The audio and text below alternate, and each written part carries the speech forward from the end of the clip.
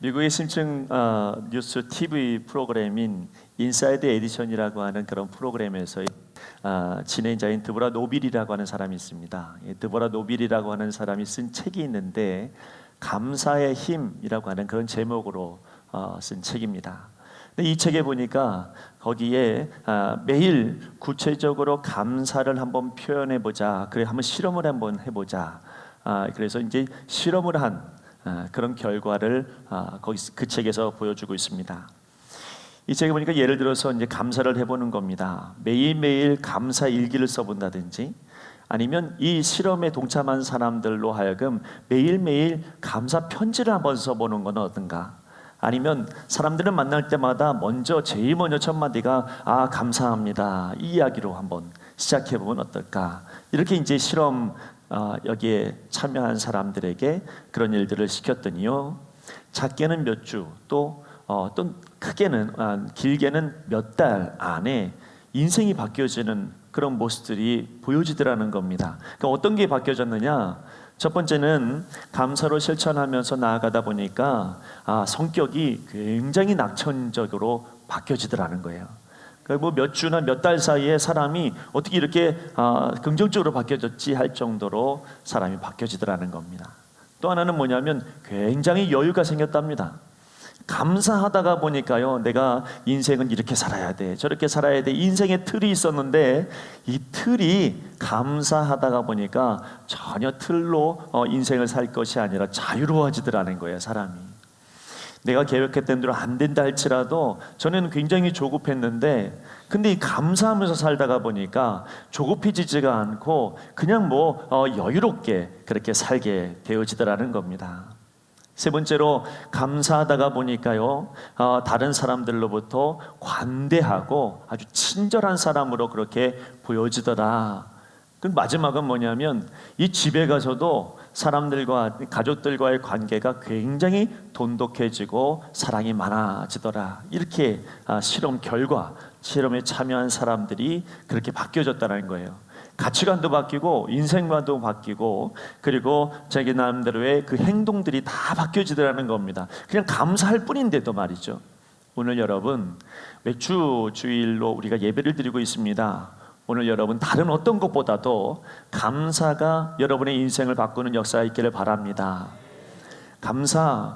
우리는 보통 이 감사가 환경의 지배를 받는다고 생각을 해요. 그래서 환경이 뒤따라주지 않으면 감사하기가 어렵지, 이렇게 우리가 생각을 합니다. 그러나 사실은 알고 보면 감사는요, 환경을 뛰어넘는 그런 아주 놀라운 하나님의 은혜가 감사입니다. 예수 믿는 사람은 더 특별히 그래요.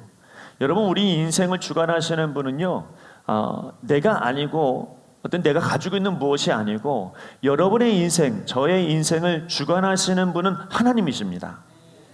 그 하나님께서 내 인생을 주관하시기 때문에, 그래서 여러분, 우리는 환경의 지배를 받지를 않아요. 환경이 아무리 어렵고 힘들어도요, 어떤 사람은 이야기하죠. 당신이 그렇게 힘들고 어려운데 뭐가 그렇게 좋다고 웃고 뭐가 그렇게 행복해 보입니까? 라고 이야기하면 우리는 언제든지 대답할 게 하나 있어요. 뭐냐면 하나님 때문에요. 우리 하나님이 살아계시니까 나는 늘 행복합니다, 감사합니다. 우리의 입술에서 답은 늘 하나로 정해져 있어요. 나의 하나님이 살아계시기 때문입니다. 여러분의 인생도 마찬가지로 우리의 인생을 주관하시는 분은 죽을 때까지 하나님이시고, 죽고 난 다음에도 여전히 하나님께서 우리 인생을 주관하시는 거예요. 그러므로 여러분, 그걸 인정하면 감사해요. 감사라고 하는 게 다른 게 아닙니다. 하나님을 인정하면 할수록 감사가 나오는 거예요. 오늘 여러분이 하나님을 인정하는 하나님의 사람이 되시기를 바랍니다. 또 정확하게 말하면, 여러분, 정말로 내가 감사할 줄 아는 사람은 어떤 사람이냐면 감사 능력을 제대로 하는 사람이에요. 감사의 능력을 얼마나 아느냐에 따라서 우리는 감사하고요, 때로는 감사의 능력을 잘 모르면 그냥 우리 본성대로 살아가게 되는 겁니다. 그래서 감사의 능력이 얼마나 대단한지를 알려면요, 그게 가장 중요한 건 고난 중에 과연 감사할 수 있느냐, 고난 중에 감사가 굉장한 위력을 발휘하고 있는 것을 우리는 발견해야 된다는 거예요. 고된 인생이 고됩니다. 그러나 여러분, 그때 감사하게 되면 그 위력은 상상을 초월할 정도로 인생을 바꿔버려요. 내가 분명히 고된 인생을 살아가고 어려운 인생을 살아가지만 그러나 이 고된 인생 속에서도 그럼에도 불구하고 감사하면 환경을 역전시켜버리는 것이 하나님의 역사예요. 오늘 여러분 그런 감사가 있어야 합니다. 우리는 오늘 맥주주일 감사 예배를 드리고 있습니다. 출애굽기에 보면 출애굽기 23장 16절 말씀에 보면 너희는 맥주절을 지키라. 이는 내가 수고하여 밭에 뿌린 것의 첫 열매를 거둠이니라. 이렇게 말합니다. 맥주절을 지키라. 이스라엘 백성들이 애굽에 있을 때는 문제되지 않았던 게 광야로 나오면서 굉장히 고된 인생을 살아갑니다. 생각해 보십시오. 여러분 사막입니다. 광야입니다. 여기서 살아가는 게 보통 어려운 일이 아니죠. 낮에는 햇빛과 싸워야 되고 밤에는 추위와 싸워야 돼요. 근데 놀라운 것은 하나님께서 이들을 이끌어 가실 때 뭘로 이끌어 가십니까? 낮에는 구름 기둥으로, 밤에는 불 기둥으로 인도하시죠. 그러니까 구름 기둥하고 불 기둥이 움직이면 온 이스라엘 백성들이 천막을 다 거두고 이제 따라가자 그러면서 따라가면 되는 거거든요. 근데 이게 불 기둥하고 구름 기둥이 늘 한결같지가 않아요. 어떤 때는 잠깐 머물렀다가 가고 어떤 때는 아주 오래 머물렀다가 갑니다. 때로는 며칠 동안 잠깐 머무르면 그러면 그때 천막을 치고 이제 사람들이 자리를 깔고 있다가 또 갑자기 움직이면 또 천막을 거둬야 돼요. 이게 유랑민족의 특징이죠. 근데 여러분 1년이 아니라 2년이 아니라 3년 정도 오랫동안 구름기둥과 불기둥이 움직이지 않고 항상 그 자리에 있으면 그럼 그때 사람들이 우리가 여기서 어떻게 살아야 될 것인가 궁리하게 되고, 그래서 그들이 처음으로 했던 건 뭐냐면 이렇게 오랫동안 구름기둥 불기둥이 있으니 우리 밀과 보리를 한번 심어보자. 그래서 밀과 보리를 심어요. 어디다요? 광야의 그 척박한 땅에다 심는 거예요. 그런데 여러분 척박한 땅에다 심었는데 근데 보리와 밀의 열매를 먹게 되어진다? 이건 여러분 얼마나 큰 축복인지 몰라요. 와, 이런 데서도 하나님께서 밀과 보리를 먹을 수 있도록 인도해 주시는구나. 그래서 여러분 그들에게 하나님 말씀하시는 거예요. 그 첫 열매를 하나님께로 드려라. 하나님의 은혜다. 여러분 그래서 그들은 그 고된 삶 속에서 살아가고 있지만 수확하는 것만으로도 감사하며 그렇게 예배를 드렸던 것, 그게 바로 맥주절입니다. 근데 아주 중요한 고백입니다. 보리를 땅속에 심는 거는 누가 심어요? 사람이 심어요.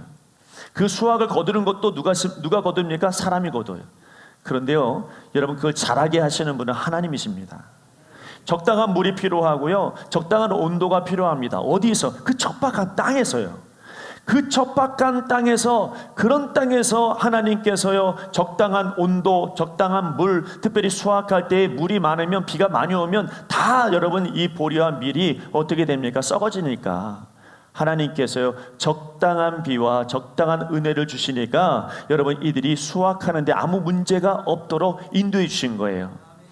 여러분 그래서 여러분 이들이 생각할 때 내가 지금 죽을 것 같은데, 내가 지금 엄청난 고된 인생을 살아가고 있는데 이런 상황 속에서도 하나님께서 이렇게 밀과 보리를 먹게 하신다는 것은 하나님 나를 포기하지 않으셨구나, 우리 하나님 여기 살아계시는구나, 우리 하나님 나의 하나님이시구나, 여러분 이러면서 그들이 감사할 수밖에 없었다는 겁니다. 여러분 우리가 감사하지 못하는 이유가 많이 있죠. 그 중에 감사하지 못하는 대표적인 이유가 두 가지가 있는데, 하나는 뭐냐면 너무 염려해요. 너무 염려하니까 감사할 생각을 못하는 거예요. 우리가 여러분 얼마나 염려하게 되는지 자꾸 미래에 대한 불길한 상상들을 하게 됩니다. 이러다가 망하는 것 아니야? 이러다가 잘 안 되는 것 아니야? 이러다가 내가 아무것도 안 되는 것 아닐까? 이러다가 모든 것이 회복되지 못하는 일은 아닐까라고 하는 아주 미래에 대해서 염려하다가 보니 감사라고 하는 것을 생각하지를 못하는 거예요. 여러분 그래서요 우리가 오늘 염려하는 것도 참 여러분 굉장히 무시무시하고 힘들고 내 인생을 죽이는 일인데, 근데 우리는 어떤 인생을 사냐면 오늘만 염려하지 않으면 내일 것도 염려하죠. 내일 것만 염려합니까? 1년 뒤 것도 염려해요. 어떤 때는 보니까 10년 뒤 것까지 염려해요. 하여튼 끌어들인 걸 다 끌어당겨서 여러분 오늘 염려하고 말아요. 감사할 걸 끌어당기면 참 감사하겠는데 감사할 것은 잘 끌어당기지 않으면서 꼭 염려할 것만 끌어당겨요. 그래서 여러분 우리가 감사를 잃어버립니다. 근데 빌립보서 4장 6절 말씀에 보면 뭐라고 하냐면 여러분 아무것도 뭐라고요? 염려하지 말고 다만 모든 일에 기도와 간구로 너희 구할 것을 어떻게 해요? 감사함으로 하나님께 아뢰라. 상황이 여러분 염려할 일들이 가득합니다. 염려할 수밖에 없는 상황입니다. 그런데요, 여러분, 우리 하나님께서 주신 말씀 뭐냐면 염려하지 말아라. 기도할 때 그냥 기도하지 말고 감사하면서 기도해라. 이것이 여러분 예수님께서 우리에게, 하나님께서 우리에게 주신 답이에요. 염려가 생길 것 같잖아요. 그런데 기도하십시오. 기도할 때 어떻게 기도하냐? 감사함으로 기도하세요. 그 감사하면서 기도하다가 보니까 여러분 우리의 인생이 달라지는데, 어떻게 달라지냐면 감사하면서 기도하다 보니까 어제 일도 감사하고 오늘 일도 감사하고 내일 일도 감사하게 돼요. 감사하면서 기도하다 보니까 하나님께서 어제 오늘 내일 앞으로 선하게 하나님께서 역사하여 주시는 것이 보여지게 되고, 진짜 하나님이 그때 보이는 거예요. 감사해야 진짜 하나님이 보입니다. 그 하나님이 나를 도와주시는 것, 그 하나님 나와 함께 하시는 것. 그래서 여러분, 내가 오늘 열심히 기도했습니다. 기도하고 예배드리고 은혜 받고 막 너무 감사해요. 내가 기도해야 되겠다 이런 마음 가지고 있는데, 여러분 예배가 딱 끝나고 나가자마자 싸워요. 아니, 기도 열심히 했는데 싸운단 말이죠. 열심히 기도했습니다. 그런데 나가서 투덜투덜거려요. 염려해요. 여전히 여러분 짐보따리를 싸들고 그렇게 고민합니다. 참 신기한 건, 교회 들어올 때 짐 갖고 들어오잖아요. 그 예수님 십자가 앞에서 다 데려놓고 나 이제 자유롭습니다. 그 짐을 다시 싸들고 나가요. 하여튼 여러분, 우리는 염려를 고스란히 가지고 나갑니다. 왜 그렇습니까? 기도를 그렇게 많이 하는데요, 그 기도가요, 감사하는 기도가 아니라 하나님 앞에 구하는 기도만 잔뜩 하니까 그러니 염려만 늘 있는 거예요. 물론 구하는 기도도 필요해요. 그러나 감사하며 기도하다 보면 하나님의 역사가 보여지는 겁니다. 또 하나, 여러분, 우리가 뭐 때문에 감사 못하냐면요, 욕심 때문이에요. 욕심과 감사는 공존할 수가 없습니다. 만약 욕심도 있고 감사도 있다 그러면 그건 분명히요, 내가 감사하면 하나님께서 분명히 복 주겠지라고 하는 욕심 때문에 감사를 사용하는 거예요. 그러니까 여러분, 감사와 욕심이 같이 있을 수가 없어요. 또 하나, 여러분, 이 욕심이라고 하는 게 비교할 때 욕심이 생기는 거예요. 네, 저 사람보다 나아야지. 아이들이 보는 동화에 보면 백설공주 있잖아요. 거기에 보면 왕비가요, 그냥 감사하면 좋잖아요. 그 내가 볼 때는 왕비가 충분히 이쁘고 아름다운데 그걸로 만족하면 감사하잖아요. 그런데 여러분, 거울 보고 뭐라 그래요? 거울아 거울아, 누가 제일 예쁘냐? 그때 여러분, 이 거울이 그냥 솔직하게 그냥 조금 이렇게 유두리 있게 당신이 제일 예쁩니다 그러면 될 것 같은데, 거울이 꼭 뭐라고 하냐면 백설공주가 제일 예쁩니다. 그때 여러분, 이 왕비가 기분이 나쁜 거예요. 질투가 나는 거예요. 욕심이 나는 거예요. 감사가 사라지는 거예요. 감사는요, 누구랑 비교하면 비교할수록 욕심이 생겨나서 감사를 사라지게 만들어버려요.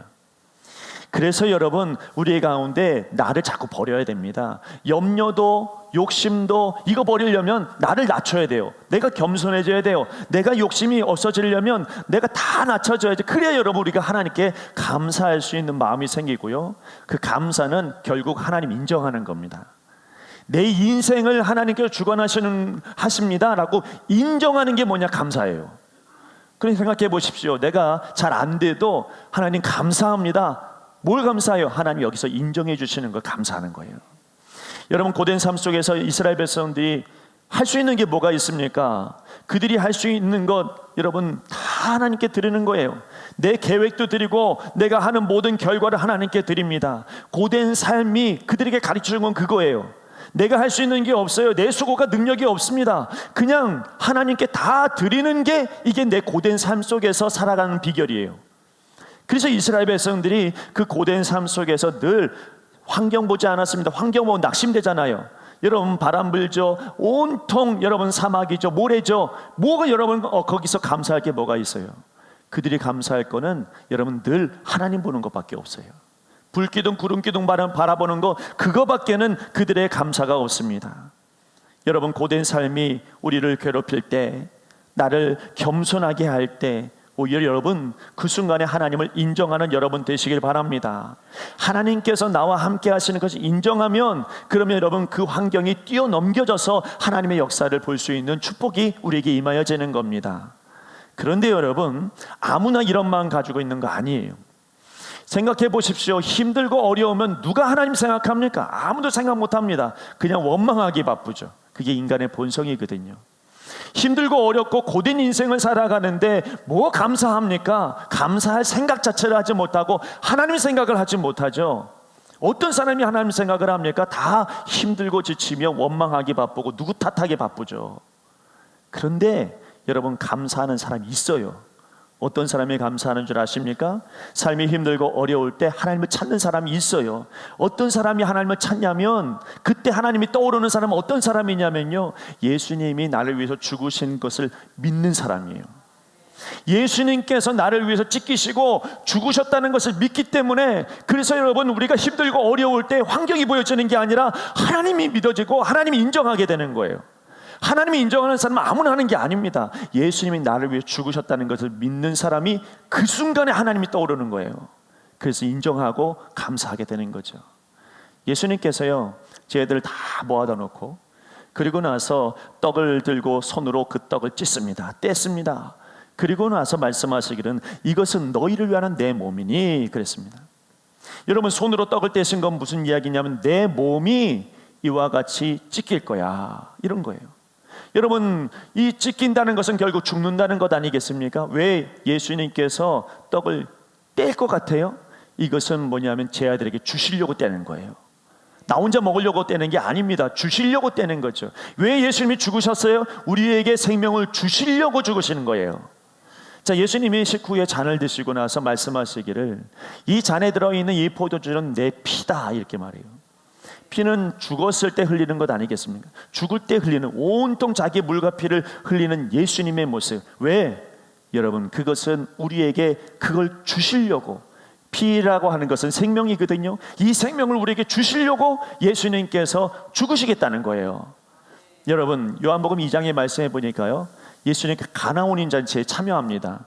가나 혼인잔치에 가장 중요한 포도주가 떨어졌을 때, 그때 여러분, 마리아가 예수님에게 뭐라고 합니까?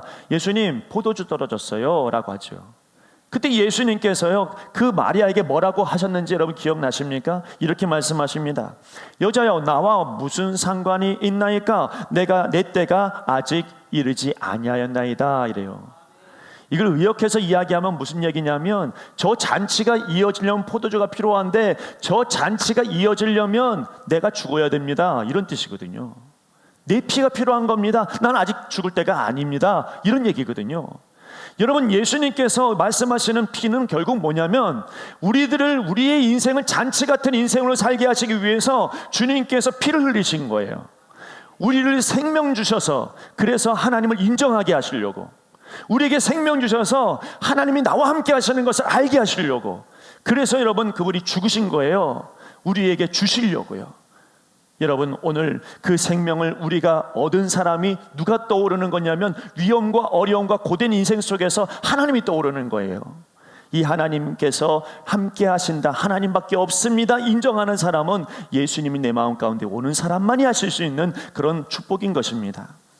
오늘 성경 말씀의 하박국 선지자는 고된 인생을 살아갑니다. 어쩌면 그의 인생뿐만 아니라 그의 나라도 아주 고된 인생을 살아가는 나라예요. 여러분, 성경 말씀에 보니까 바벨론이 유다 백성들을 다 멸망시킨다는 소문을 들었어요. 이 소문이 들리니까 성경에 뭐라고 합니까? 창자가 흔들렸대요. 그리고 썩이는 것이 내 뼈에 들어왔답니다.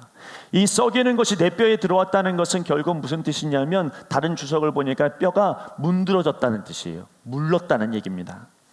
여러분뿐만 아니라 이제 내 몸은 내 처소에서 떨고 있고요, 자신의 환경을 보니까 무화과 나무가 무성하지 못하며 포도나무에 열매가 없고 감람나무에 소출이 없습니다. 이게 뭐냐면, 여러분, 당시 내가 지금 가장 살려고 하면 꼭 필요한 것들, 이것도 하나도 없대요. 내가 살 수 있는 유일한 것들, 먹을 수 있는 유일한 것들, 이것도 없대요. 그 다음에 하나님 앞에 내가 예배 드리려고 그렇게 나아가는데 뭐라고 하면, 우리의 양이 없고 외양간에 소가 없대요. 재물 드릴 재물도 없습니다. 하나님 앞에 나아가고 싶어도 나갈 수 있는 모든 환경이 다 막혀버렸어요. 그런데요, 오늘 하박국 선지자가 뭐라고 말합니까? 이거 다 상황이 고된데 이거 상황을 감사로 돌려버려요. 왜 그렇습니까? 그럼에도 불구하고 여호와는 나의 구원이시라 그랬거든요. 여러분, 이걸 감사로 돌릴 수 있는 사람은 아무도 못 돌려요. 여호와가 나의 구원자이신 것을 믿는 사람만이 감사로 돌리는 거지. 여호와가 나의 힘이시다라고 고백하는 이 사람만, 여러분, 이런 환경 속에서도, 고된 환경 속에서 감사로 다 돌려버리는 거예요. 우리에게는 여전히 고된 인생을 살아가는 분들이 있습니다. 질병으로 인생이 참 고된 분들이 많아요. 질병은 내가 해결할 수 없는 문제잖아요. 마치 나를 광야에 혼자 덩그러니 놔버리는 것처럼 아무도 나를 대신해서 아파줄 수도 없고 아무도 나를 대신해서 병원을 갈 수도 없고 오직 나만 그렇게 괴로워하고 나만 힘든 바로 그 자리에 있는 사람들이 있어요. 때로는 여러분 어떤 물질로 인해서 환경으로 인해서 어떤 사람들을 통하여서 내 인생이 참 고되구나, 내 인생이 어쩜 이렇게 고되냐 이렇게 생각할 때도 있습니다. 그러나 여러분 이런 환경 가운데 있다가 보면 내 처지를 좀 작아지게 생각하고 내 기대가 무너져 버리고 내 신념이 무너지고 내 믿음도 무너지는 것 같고 내가 꼭 죽을 것처럼 보이지만 그러나 오늘 하박국 선지자가 했던 것처럼 하나님이 내 안에 계시면 초월하는 감사가 있는 거예요. 이 환경을 초월할 만큼의 감사가 내 안에 있는 거예요. 왜? 내 안에 예수님 계시니까. 내 안에 나를 위해서 죽으신 이 감사 주시려고, 하나님이 살아계신 것을 알게 하시려고 내 안에 주님께서 죽어서 오셨기 때문에, 그래서 여러분 그 생명을 가지고 있는 사람은 어떤 환경 속에서도 버틸 수 있는 거예요. 견딜 수 있어요. 아니 이겨낼 수 있어요. 초월할 수 있어요. 왜냐하면 주님께서 사망도 초월했잖아요. 주님께서 죽음도 초월하고 주님께서 부활하셨잖아요. 그 주님께서 오늘 저와 여러분과 함께 있습니다. 놀라운 사실 하나를 알려드릴까요? 여러분 구약시대의 맥주절이 언제 있냐면 6월절하고 7주 뒤에 그때 맥주절을 지냈어요. 그래서 여러분 이 맥주절 다른 이름이 뭐냐면 77절이에요. 그런데 이게 신약으로 넘어와서 6월절 지나고 나서 딱 50일 뒤에 77절, 이것을 다른 말로 바꿨는데 그게 뭐냐면 오순절이에요. 그러니까 맥주절이 곧 오순절이었다는 거죠. 예수님 언제 돌아가셨어요? 6월절 때 돌아가셨거든요. 근데 여러분 50일 뒤에 지나고 나서 오순절 때 무슨 일이 일어난지 우리 다 알아요. 성령님이 임하셨죠. 우리와 함께 하시려고. 그 이야기는 무엇입니까? 주님의 죽으심으로 말미암아 이제 주님께서 성령을 우리에게 보내주셔서 우리와 함께 하시겠다는 거예요. 내가 지치고 피곤하고 고된 속에 있을 때에도 우리 하나님 말씀하시는 거예요. 우리 주님 말씀하시는 거예요. 성령을 너희에게 보내서 그래서 너희와 항상 함께 있을 것이니, 그러니 하나님을 인정하고 감사하면서 이 환경을 극복해 나가라는 거죠. 고된 인생 속에서 감사는 얼마나 하나님을 인정하는 삶이요 하나님의 능력을 볼 수 있는 삶인지 모릅니다. 오늘 여러분 성경을 보십시오. 마지막 말씀에 보니까 주 여호와는 나의 힘이시라 나의 발을 사슴과 같게 하사 나를 나의 높은 곳으로 다니게 하시리로다. 여러분 사슴처럼 내가 있는 그 자리를 뛰어넘어서요, 이 환경을 뛰어넘어서 날아다니는 것처럼 다니는 거예요. 뛰어다니는 거예요. 여러분 어떻게 그럴 수가 있습니까? 감사가 그의 인생을 뛰어넘게 만들어 버렸어요. 이 감사의 능력이 내 고된 인생을 뛰어넘게 만들어 버렸어요. 이 감사가 하나님의 역사한 현장을 볼 수 있도록 하나님께서 인도해 주시는 길이 되었어요. 그 감사 누가 준 겁니까? 내 안에 계신 나를 위해 죽으신 예수님 때문에 생긴 감사. 오늘 여러분 일주일 동안 살면서요, 또 우리는 고된 인생을 살아갈 수 있고 또 고된 사람들을 만나게 되고 또 고된 시간들을 보낼 수 있지만 잊지 마십시오. 오늘 여러분과 함께 하시는 성령님이 계십니다.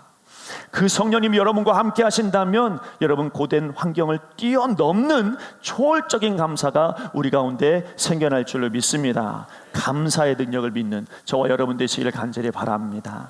기도하겠습니다. 하나님 아버지, 임마누엘 되신 예수님, 맥주절을 맞이하여 다시 한번 환경이 우리를 지배하지 못하는 것을 알게 하시니 감사합니다. 깨닫지 못했던 감사를 다시 한번 내 인생에서 고백하게 하여 주옵소서. 우리가 그럼에도 불구하고 감사할 수 있는 이유는 주께서 나를 위해서 행하신 죽음 때문입니다. 받은 것이 많기에 또 받은 것이 크기에 오늘도 환경을 바라보지 않고 주님을 바라봅니다. 하나님께서 나의 힘이시고 나의 구원자이심을 오늘 믿음으로 인정하고 고백하게 하여 주시옵소서. 그러므로 오늘도 감사함으로 천국 문을 향하여 나아갈 수 있도록 주여 역사하여 주시옵소서. 고마우신 예수님의 이름으로 기도드리옵나이다. 아멘.